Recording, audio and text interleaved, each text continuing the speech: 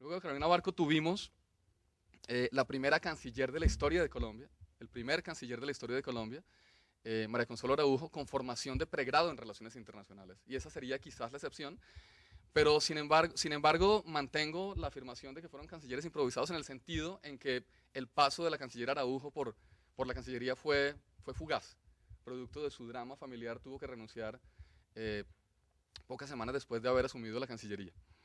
Y posteriormente tuvimos al canciller Fernando Araujo, que era un símbolo que el gobierno Uribe pretendía mostrar a nivel internacional como una víctima evidente y por supuesto que dolorosa de las FARC. El canciller Araujo, ingeniero civil, creo, sin conocimientos tampoco de pregrado ni de posgrado en relaciones internacionales. Y finalmente tuvimos al canciller Bermúdez, sobre quien vale señalar, el único canciller de la historia de Colombia con un doctorado, con un PhD en la Universidad de Oxford, en estudios políticos, en ciencia política, politics, dicen en Inglaterra.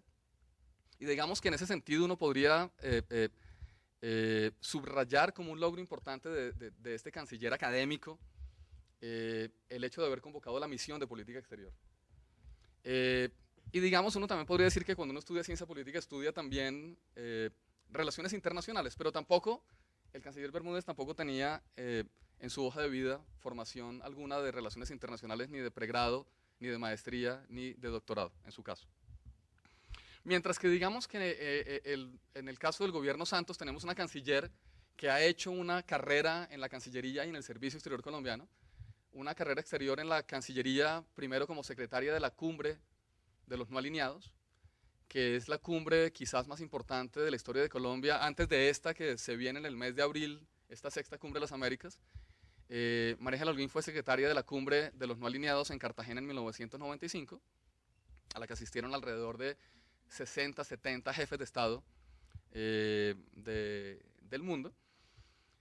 Luego fue secretaria general de la Cancillería, vicecanciller, embajadora de Colombia en Venezuela, embajadora de Colombia ante las Naciones Unidas, digamos, una persona con una trayectoria en el mundo de las relaciones internacionales. Entonces diría que ha habido un cambio también de matiz en ese sentido. Por otro lado, el presidente Chávez, cada vez que había un rifirrafe con el presidente Uribe, se apuraba en señalar a Colombia como el Israel de América Latina. Es que Colombia es el Israel de América Latina para significar con ello un país enfrentado o con relaciones tormentosas con su vecindario, en su vecindario. Decía yo cada vez que Chávez decía que Colombia era el Israel de América Latina, yo decía, ojalá que fuéramos el Israel de América Latina. En otros aspectos diferentes a ese de estar enfrentado a los vecinos.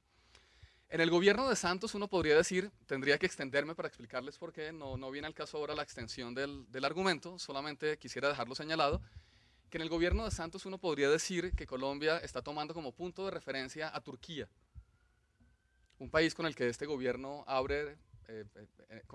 este gobierno toma la decisión de abrir una embajada en Turquía. El presidente Santos hace la primera visita oficial de un jefe de Estado a Ankara en meses recientes. Y digamos que públicamente quizás ustedes no vayan a oír decir al presidente Santos ni a la canciller es que Colombia pretende tener como punto de referencia en política exterior a Turquía, pero académicamente podemos decir que sí, en el sentido en que Turquía es un estado bisagra y Colombia pretende ser en esta era Santos un estado puente en política exterior, un estado mediador, un estado que privilegia los buenos oficios en relaciones internacionales antes que la mano dura, digamos. Entonces digamos de Israel de América Latina, durante el gobierno de Uribe, a Turquía, si se quiere, de América Latina en el gobierno Santos. Habría que extender ese argumento, pero no viene en este momento al caso. Durante el gobierno de Uribe, el instrumento principal utilizado en la política exterior fue el hard power, ¿no?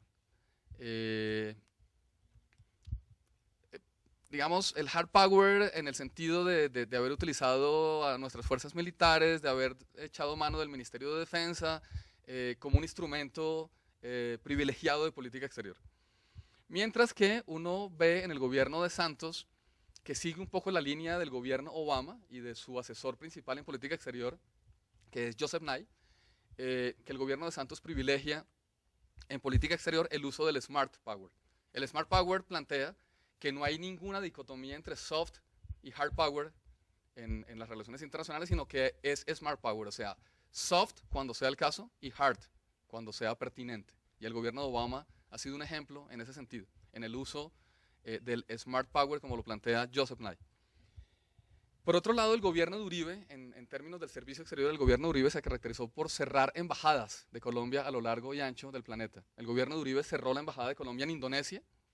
Saben ustedes que Indonesia es uno de nuestros países antípodas, es decir, si abrimos un hueco y atravesamos en línea recta el planeta Tierra, llegamos a Indonesia. Indonesia es un gemelo ambiental de Colombia. Si uno hablara de las potencias en biodiversidad del mundo, Colombia ocuparía el tercer lugar, siendo el primer lugar Brasil, el segundo lugar Indonesia y el tercer lugar Colombia. Pues bien, esa embajada en Indonesia la cerró el gobierno de Uribe, sin mediar debate ni reflexión profunda alguna. El gobierno de Uribe cerró la embajada de Colombia en Trinidad y Tobago, siendo Colombia un país caribeño por excelencia. Cerró la embajada en Grecia, cerró embajada en República Checa y pocos meses después República Checa tomaba la presidencia semestral de la Unión Europea. Mientras que vemos que el gobierno Santos ha tomado la decisión estratégica de reabrir algunas de esas embajadas. El gobierno de Uribe también cerró la embajada en Australia. Sobra decir la importancia, sobra hacer comentarios sobre la importancia de Australia en la geopolítica mundial. El gobierno de Santos entonces reabre algunas de las embajadas cerradas por el gobierno Uribe, valga decir, la embajada en Indonesia está ya reabierta, se produce la reapertura de la embajada de Colombia en Australia, y el gobierno de Santos abre nuevas embajadas, la embajada de Turquía, reabrió también la embajada en Trinidad y Tobago, el gobierno de Santos. Las embajadas nuevas son en Asia, la embajada de Turquía, la embajada en Emiratos Árabes, y el gobierno de Santos se dispone en el año 2012 a abrir 4 embajadas más en África. Y con eso vamos a dejar el rezago que teníamos en América Latina, porque hasta la fecha teníamos solamente 2 embajadas. Obvié decir que el gobierno de Uribe cerró 2 de las 5 embajadas que teníamos también en África. El gobierno de Uribe cerró la embajada en Marruecos y cerró la embajada en Costa de Marfil, en Côte d'Ivoire. El gobierno de Santos pretende pasar de 3 embajadas a 7 embajadas de Colombia en el continente africano. Aún así, uno podría pensar que son pocas para un continente de 54 naciones, siendo la última Sudán del Sur, pero digamos que pasamos a ser un país que compite con Chile, con Argentina en el número de embajadas, y por supuesto estamos lejos de Brasil, que tiene alrededor de 20 o 25 embajadas en el continente africano. Entonces el gobierno de Uribe reversa esa decisión de contraernos y de separarnos del mundo para volver a tener presencia diplomática a lo largo y ancho del planeta. ¿Vamos bien? Sí, tú por favor, me trancas. Muy bien. La relación con los vecinos. En la historia de Colombia ha sido lamentable, resulta lamentable y penoso que a Colombia en 3 oportunidades los vecinos latinoamericanos han llamado al país el Caín de América Latina. El Caín de América Latina.